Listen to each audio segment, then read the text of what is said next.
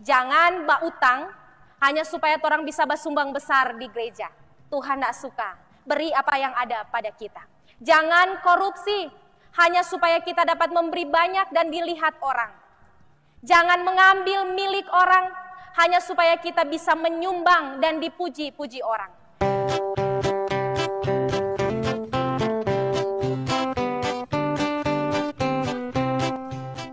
Mari berdoa untuk membaca dan merenungkan firman Tuhan.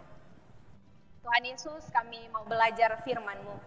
Kami terbatas, tapi kami percaya Tuhan, Engkau penuh kuasa.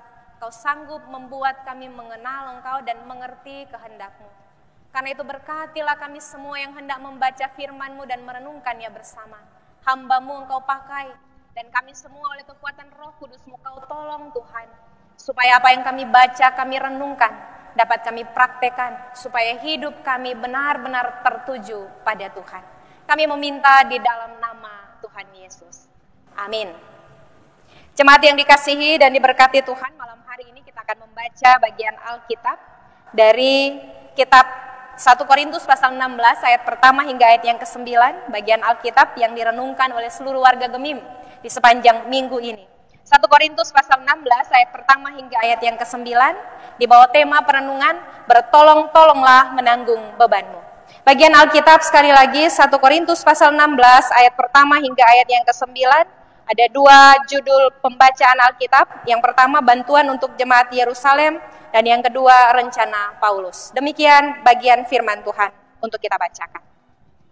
Tentang pengumpulan uang bagi orang-orang kudus, hendaklah kamu berbuat sesuai dengan petunjuk-petunjuk yang kuberikan kepada jemaat-jemaat di Galatia.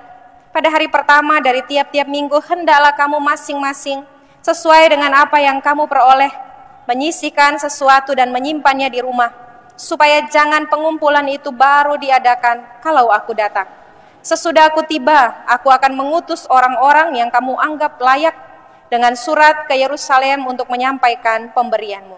Kalau ternyata penting bahwa aku juga pergi, maka mereka akan pergi bersama-sama dengan aku. Aku akan datang kepadamu sesudah aku melintasi Makedonia, sebab aku akan melintasi Makedonia. Dan di Korintus mungkin aku akan tinggal beberapa lamanya dengan kamu, atau mungkin aku akan tinggal selama musim dingin, sehingga kamu dapat menolong aku untuk melanjutkan perjalananku. Sebab sekarang aku tidak mau melihat kamu hanya sepintas lalu saja. Aku harap dapat tinggal agak lama dengan kamu, jika diperkenankan Tuhan. Tetapi aku akan tinggal di Efesus sampai hari raya Pentakosta. Sebab di sini banyak kesempatan bagiku untuk mengerjakan pekerjaan yang besar dan penting, sekalipun ada banyak penentang. Jemaat yang dikasihi dan diberkati Tuhan, demikianlah bagian Alkitab yang akan kita baca, kita renungkan malam hari ini. Sekali lagi, tema perenungan firman Tuhan malam hari ini adalah bertolong-tolonglah menanggung bebanmu. Bapak, Ibu, saudara-saudara, jemaat yang dikasihi dan diberkati Tuhan, ada sebuah ungkapan seperti ini. Tidak membuat perencanaan berarti merencanakan kegagalan. Maksudnya adalah supaya dapat berhasil dalam hidup, kita harus punya perencanaan-perencanaan yang kemudian ditindaklanjuti dengan melaksanakannya, supaya hal ini dapat mencapai keberhasilan. Hal ini benar, termasuk dalam menata keuangan. Saudara-saudara yang dikasihi dan diberkati Tuhan, sangat baik bagi kita ketika kita mendapat uang, apakah dari bisnis, gaji sebulan, gaji 1 minggu, atau gaji harian, adalah sangat baik bagi kita ketika kita mendapatkan uang, kita kemudian menatanya menurut daftar kebutuhan yang kita punya. Apakah itu kebutuhan makan, kebutuhan sekolah anak, biaya cicilan, atau kebutuhan-kebutuhan lain yang ada dalam daftar hidup kita. Tetapi pertanyaannya bagi kita adalah, dari semua daftar yang kita punya di hidup kita, apakah kita punya daftar yang kita sisihkan untuk persembahan? Misalnya persembahan rutin, persembahan minggu, persembahan persepuluhan, dan persembahan-persembahan lainnya. Juga adakah yang kita tata, yang kita sisihkan dalam daftar kita yang namanya diakonia, yang memang kita sisihkan untuk kita beri bagi orang lain? Bapak, Ibu, saudara-saudara yang dikasihi dan diberkati Tuhan, atau mungkin dua hal ini, persembahan dan diakonia, adalah hal-hal yang kita beri dari sisa-sisa belanja kita. Saudara-saudara yang dikasihi dan diberkati Tuhan, mungkin saudara-saudara akan bertanya, apakah salah ketika kita memberi bagi orang lain sesuatu yang tersisa dari belanja kita? Tidak salah Bapak Ibu saudara-saudara, tidak salah. Misalnya orang pulang pasar, ada tutas sisa, nyanda habis belanja di pasar, kemudian orang kasih ke orang lain. Apakah salah yang tersisa lalu kita beri? Tidak salah. Tetapi menyisihkan berarti memang kita punya perencanaan. Kita menata uang untuk membantu orang lain. Kita menata keuangan kita untuk menopang pelayanan gereja. Mengapa perlu menyisihkan? Sebab sulit membedakan dalam hidup kita yang namanya kebutuhan dan keinginan. Mengapa ada orang selalu berteriak tidak cukup, tidak cukup? Karena ada banyak daftar belanja berdasarkan keinginan, bukan kebutuhan. Bapak Ibu, saudara-saudara yang dikasihi dan diberkati Tuhan. Nasihat Paulus kepada jemaat di Korintus menjadi sebuah perenungan yang mengajak kita untuk mengevaluasi, mengintrospeksi cara berpikir kita. Bahwa memberi itu bukan tentang kemampuan, bukan tentang kelebihan, bukan tentang apakah kebutuhan hidup saya sudah tercukupi. Tetapi memberi itu adalah tanda kelihatan dari ketaatan dan terima kasih kita pada Tuhan yang telah memberi bagi kita lebih dahulu. Sekali lagi Bapak Ibu saudara-saudara, memberi itu bukan tentang apakah saya sudah cukup, apakah saya sedang berkemampuan, ataukah apakah saya sedang dalam keadaan yang penuh dengan kelebihan. Bukan. Tapi memberi itu adalah tanda kelihatan dari ketaatan dan terima kasih kita pada Tuhan yang telah memberi bagi kita terlebih dahulu. Saudara-saudara yang dikasihi dan diberkati Tuhan, dalam hal memberi kita harus menyisihkan, bukan menyisahkan. Kasih Pak Tuhan yang memang orang dah kasih sendiri untuk dipersembahkan bagi Tuhan.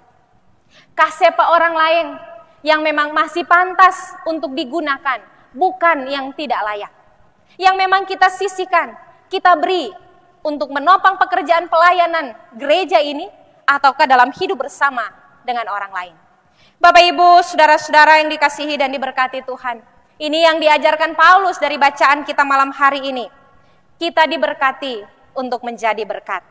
Dalam tulisannya di catatan surat Korintus, 2 Korintus pasal 8, Paulus menulis supaya ada keseimbangan. Kita memberi supaya ada keseimbangan.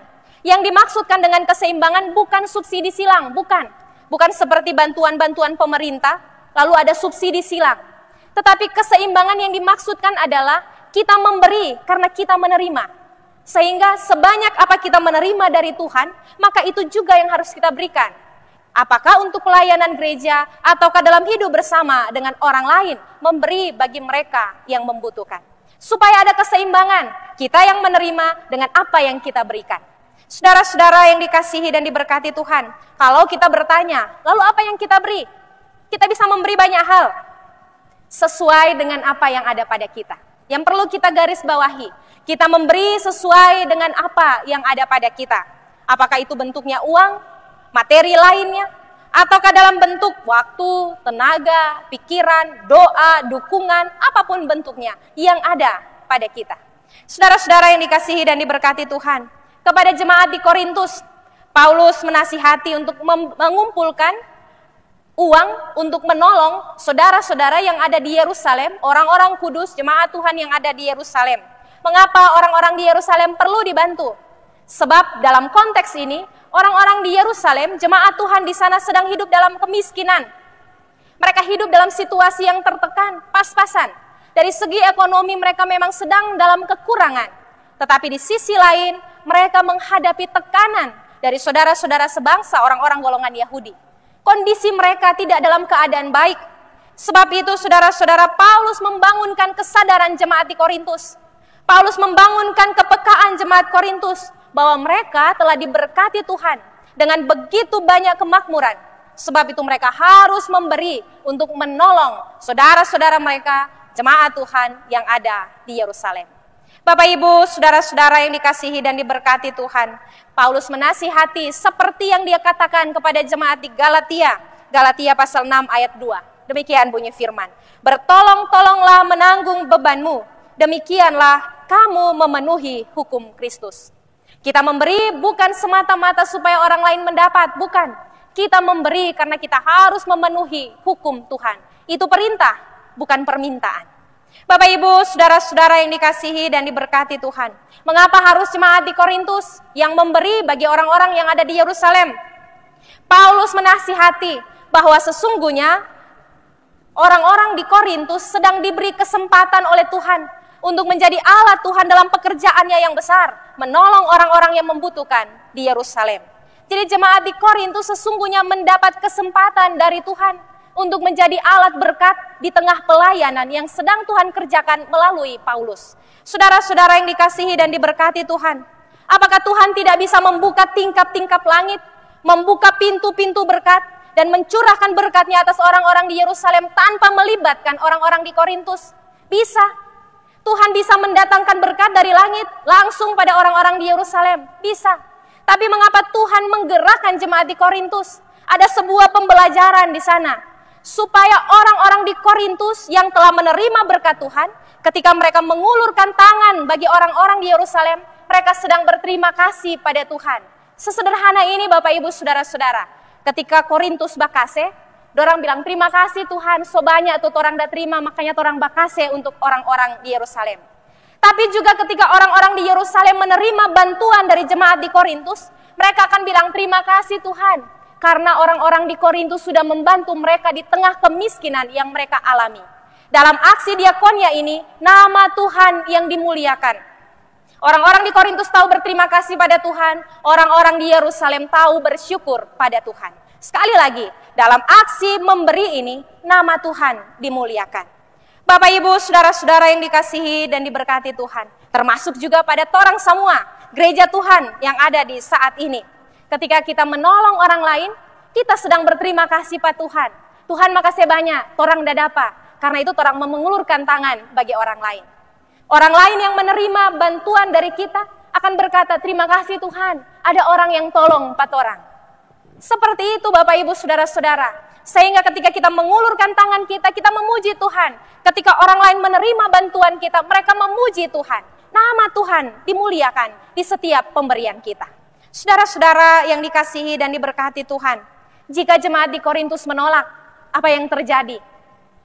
Jika jemaat di Korintus bilang, Paulus orang tidak mau memberi, kira-kira apa yang akan terjadi? Bapak Ibu saudara-saudara yang dikasihi dan diberkati Tuhan, kalau jemaat di Korintus menolak, Tuhan bisa membuka pintu yang lain. Tuhan bisa menggerakkan tangan yang lain. Tuhan bisa membuka jalan yang lain untuk memberkati orang-orang di Yerusalem. Dalam catatan Paulus lewat suratnya pada surat 2 Korintus, ketika orang-orang di Korintus dalam aksi diakonia ini terhenti, 2 Korintus pasal 8 bercerita di sana. Ketika aksi diakonia ini terhenti, apa yang terjadi? Tuhan menggerakkan Makedonia dan Akaya. Tuhan memakai jemaat-jemaat ini untuk mengulurkan tangan mereka dan menolong saudara-saudara mereka yang ada di Yerusalem. Bapak Ibu, saudara-saudara yang dikasihi dan diberkati Tuhan. Sebab itu dalam suratnya 2 Korintus pasal 8, Paulus menasihati orang-orang di Korintus untuk menuntaskan kerja pelayanan kasih ini. Paulus mengingatkan mereka jika Makedonia yang miskin mau memberi, apalagi Korintus yang diberkati dengan begitu banyak berkat dari Tuhan. Saudara-saudara jemaat yang dikasihi dan diberkati Tuhan, apa yang kita pelajari dari surat Paulus kepada jemaat di Korintus, Korintus pasal 1 ayat 16, Korintus pasal 16 ayat 1 hingga ayat yang ke-9. Apa yang kita pelajari dari bagian ini? 4 hal catatan untuk perenungan kita malam hari ini. Hal yang pertama adalah keadaan hidup kita tidak boleh menjadi alasan untuk tidak memberi. Sebab Bapak Ibu saudara-saudara, sesulit apapun keadaan kita, Tuhan tidak pernah berhenti memberi bagi kita. Jadi apapun terampai keadaan hidup, apakah ketika kita sedang ada dalam situasi pandemi ini dan kita mengalami kekurangan upah, kita mengalami kesulitan ekonomi, kita mengalami begitu banyak pergumulan, apapun itu, keadaan hidup kita tidak boleh menjadi alasan bagi kita untuk berhenti memberi. Kita bisa memberi banyak hal, bukan hanya uang. Apa saja bisa kita beri dari hidup kita, sesuai dengan apa yang ada pada kita. Bapak Ibu saudara-saudara, mari bandingkan kisah persembahan janda miskin yang dicatat dalam Markus pasal 12 ayat 41 hingga ayat 44. Dan persembahan Ananias dan Safira dalam kisah para rasul pasal 5 ayat 1 hingga ayat yang ke-11. Janda miskin memberi 1 peser Dia memberi di tengah kekurangannya. Semua yang ada padanya, 1 peser, dia menyerahkan pemberiannya untuk Tuhan. Lalu apa kata Tuhan Yesus? Persembahannya di mata Tuhan jauh lebih berharga, jauh lebih bernilai dari semua persembahan yang terkumpul di saat itu. Tapi mari bandingkan dengan Ananias dan Safira. Ketika mereka hidup dalam persekutuan jemaat mula-mula, orang-orang membawa hasil yang mereka jual untuk diletakkan di kaki para rasul, dibagikan secara bersama untuk jemaat. Apa yang terjadi? Ketika mereka menjual tanah, lalu mereka menyimpan setengah hasilnya, membawa setengahnya dan menyerahkan di kaki rasul. Lalu ketika rasul bertanya, inikah semuanya? Ananias dan Safira sepakat untuk mengatakan, ya itu semuanya. Di kala itu, istrinya tidak bersama, hanya ada Ananias. Ananias bilang pada rasul, iyo ini, so ini semua. Lalu apa kata rasul?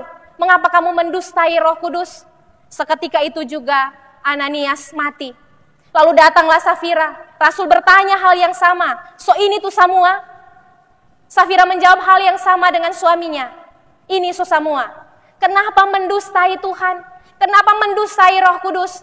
Maka apa yang terjadi pada Ananias terjadi juga pada Safira. Seketika itu juga putuslah nyawanya. Bapak Ibu, saudara-saudara yang dikasihi dan diberkati Tuhan, setengah hasil penjualan tanah dengan 1 peser pemberian sang janda, nilai rupiahnya, nilai nominalnya jauh-jauh berbeda. Tetapi betapa berharga pemberian janda ini di mata Tuhan, sebab dia memberi yang ada padanya dengan kejujuran, dengan ketulusan, dia memberi sepenuh hatinya. Mengapa Ananias dan Safira membuat Tuhan marah? Sebab mereka berdusta. Pemberian mereka mungkin banyak, lebih banyak dari sang janda. Tetapi ada kebohongan, ada motivasi yang salah, ada hal yang keji di mata Tuhan di sana. Sebab itu persembahan yang bernilai itu pun tidak ada harganya bagi Tuhan. Saudara-saudara yang dikasihi dan yang diberkati Tuhan. Hal kedua yang kita pelajari dari firman Tuhan malam hari ini adalah topanglah selalu pelayanan gereja. Topanglah selalu pelayanan untuk penginjilan. Setiap ruang hidup yang Tuhan beri pada kita, kalau orang masih bangun, masih bernafas, masih melakukan segala aktivitas hidup, semua ruang yang Tuhan beri bagi kita adalah kesempatan yang Tuhan kasih supaya orang bisa jadi alat di tangan Tuhan. Alat yang Tuhan pakai untuk menolong mereka yang sakit, alat yang Tuhan pakai untuk menopang mereka yang sedang lemah, alat yang Tuhan pakai untuk mencukupkan mereka yang sedang kekurangan. Alat yang Tuhan pakai dengan talenta yang Tuhan beri pada kita. Kalau kita menolak, Bapak Ibu Saudara-saudara, kalau kita menolak, maka Allah akan memakai orang lain. Allah akan memakai orang lain. Lalu berkat yang seharusnya menjadi milik kita akan mengalir menjadi berkat bagi mereka yang melakukannya. Kita ini Bapak Ibu Saudara-saudara ibarat pipa.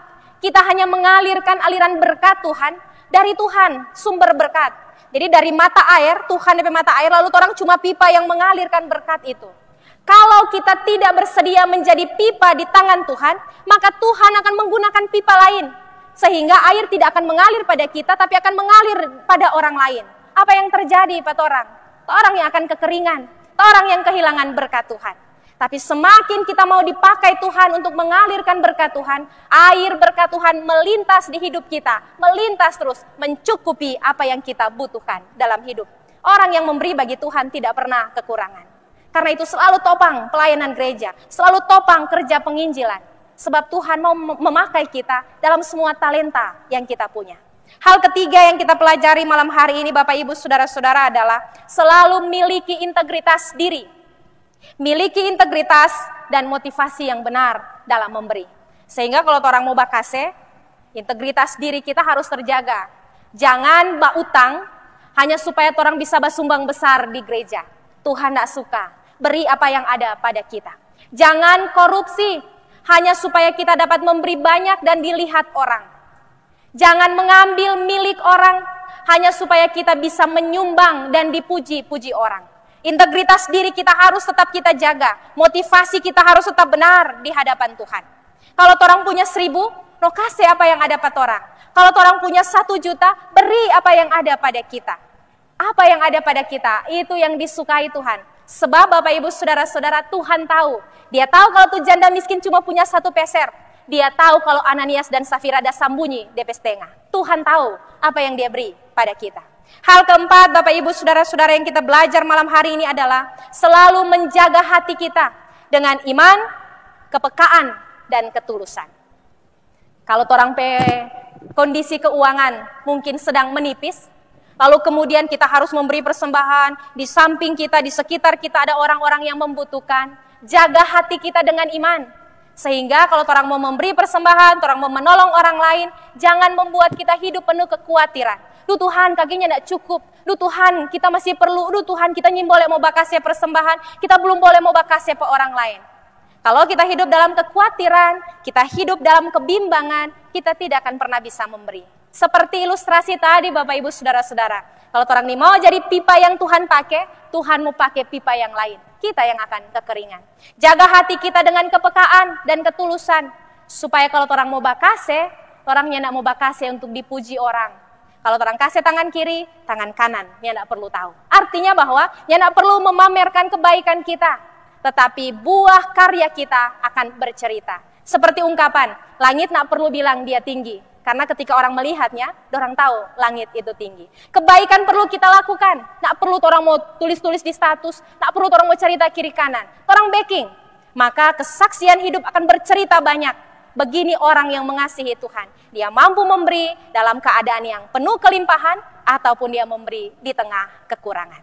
Bapak Ibu Saudara-saudara yang dikasihi dan diberkati Tuhan. Di tengah wabah karena virus corona ini. Mari bertolong-tolong untuk menanggung beban. Kita sedang kesusahan, tetapi kita bisa saling menopang. Bapak Ibu Saudara-saudara, kita memang harus menjaga jarak fisik. Tetapi janganlah hati kita menjauh, merenggangkan hubungan-hubungan sosial, kekerabatan, ataupun kekeluargaan. Kita memang harus menjaga jarak, tetapi biarlah hati kita tetap dekat untuk terus saling mendoakan, saling menopang, saling menolong dalam susah ataupun dalam senang. Sebagai gereja Tuhan, jangan takut kekurangan karena memberi. Percayalah, Tuhan itu sumber berkat. Ketika orang mengulurkan tangan bagi orang lain, Tuhan dipuji. Tuhan juga akan pasti memakai tangan orang lain terulur bagi kita. Sebab Tuhan yang mengatur berkat dalam hidup kita. Tuhan kiranya memberkati kita semua, menolong kita untuk melakukannya. Sebab percayalah, saat kita melangkah dengan iman, kita pasti akan melihat mujizat-mujizat dari Tuhan. Tuhan memberkati kita dengan firman-Nya. Amin.